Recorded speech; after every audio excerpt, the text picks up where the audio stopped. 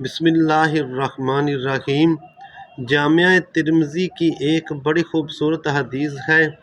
حضرت انس بن مالک رضی اللہ عنہ روایت کرتے ہیں کہ رسول اللہ صلی اللہ علیہ وآلہ وسلم کا ارشاد ہے کہ تم میں سے ہر ایک کو چاہیے کہ وہ اپنی ساری حاجتوں کے لیے صرف اور صرف اپنے رب ہی سے سوال کرے، یہاں تک کہ اگر اس کے جوتے کا تسمہ ٹوٹ جائے تو وہ بھی اس ہی سے مانگے۔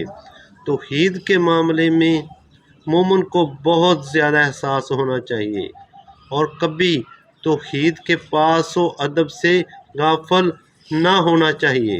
انسان کی ساری ضرورتوں کو اللہ رب العزت ہی پورا کرتا ہے۔ مشکلات و مصائب کو دور کرنا اسی کا کام ہے۔ بگڑی ہوئی وہی بناتا ہے۔ اسی کے سوا کوئی طاقت نہیں ہے جو بندے کو کوئی فائدہ پہنچا سکے یا اس کی مشکل حل کر سکے۔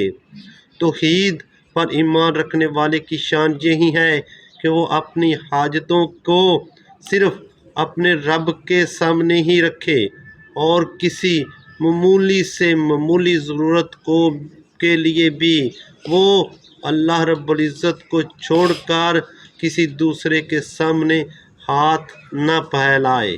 اللہ رب العزت عمل کی توفیق عطا فرمائے۔